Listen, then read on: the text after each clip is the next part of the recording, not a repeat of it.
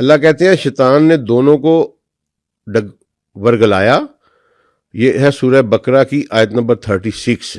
فَأَخْرَجَهُمَا مِمَّا كَانَ فِيهِ, اور جہاں کہیں وہ تھے ٹھیک ان کو وہاں سے نکلوا دیا. یہ آدم اور حوا کی بات ہو رہی ہے کہ شیطان نے ان کو ورگلایا اور جہاں کہیں بھی وہ تھے ان کو وہیں سے نکلوا دیا. وَقُلْنَا اهْبِطُوا بَعْضُكُمْ بِبَعْضٍ عَدُوًّا, تو ہم نے انہیں کہا کہ نیچے اترو, اب تم ایک دوسرے کے دشمن ہو. وَلَكُمْ فِي الْأَرْضِ مُسْتَقَرٌّ, اور تمہارے لیے زمین پر مستقر ہے. وَمَتَاعٌ إِلَىٰ حِينٍ, اور گزر بسر کے ذرائع ہیں وہاں پہ ایک وقت تک کے لیے. اب اللہ نے یہاں صرف یہ کہا کہ ارض پر تمہارے لیے مستقر, مستودع نہیں کہا. ٹھیک ہے کہ اس کا, اور جہاں کہیں بھی وہ تھے وہاں سے اسے نکلوا دیا. اس کا مطلب ہے کہ یہ جو کچھ آج کے ماڈرن جو نیریٹرز ہیں انکلوڈنگ غامدی صاحب, وہ یہ کہتے ہیں کہ یہ زمین پر ہی آدم بھی بنا, یہ قرآن اس کو نہیں مانتا.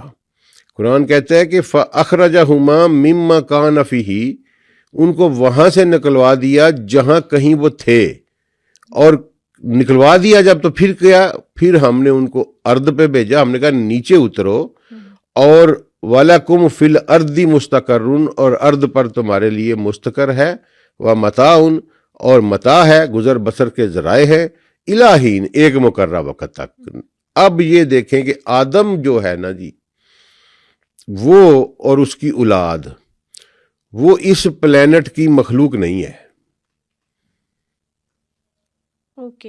ٹھیک ہے جی, اس پلینٹ کی مخلوق جو ہے وہ مستقر ہے, جس کو انسان کہتے ہیں.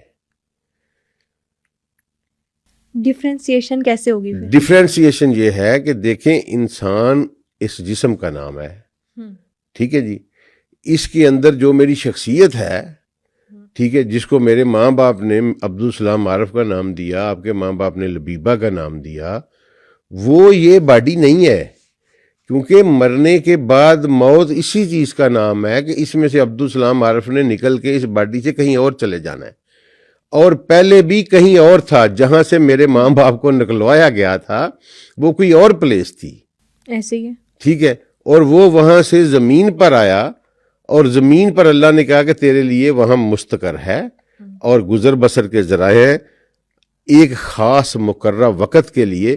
یہ کہنے کا اللہ کو کیا ضرورت تھی وَمَتَاعٌ إِلَىٰ حِينٍ؟ اس کا مطلب یہ ہے کہ تو واپس وہاں سے نکل کے واپس آ جائے گا اپنے مستودع میں. آگے اللہ اور وضاحت کے ساتھ بیان کریں گے.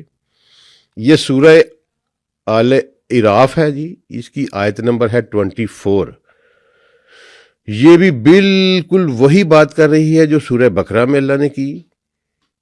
قَالَ اهْبِطُوا بَعْضُكُمْ بِبَعْضٍ عَدُوٌّ, اللہ نے کہا نیچے اترو, تم ایک دوسرے کے دشمن ہو, تم میں سے کچھ ایک دوسرے کے دشمن ہیں.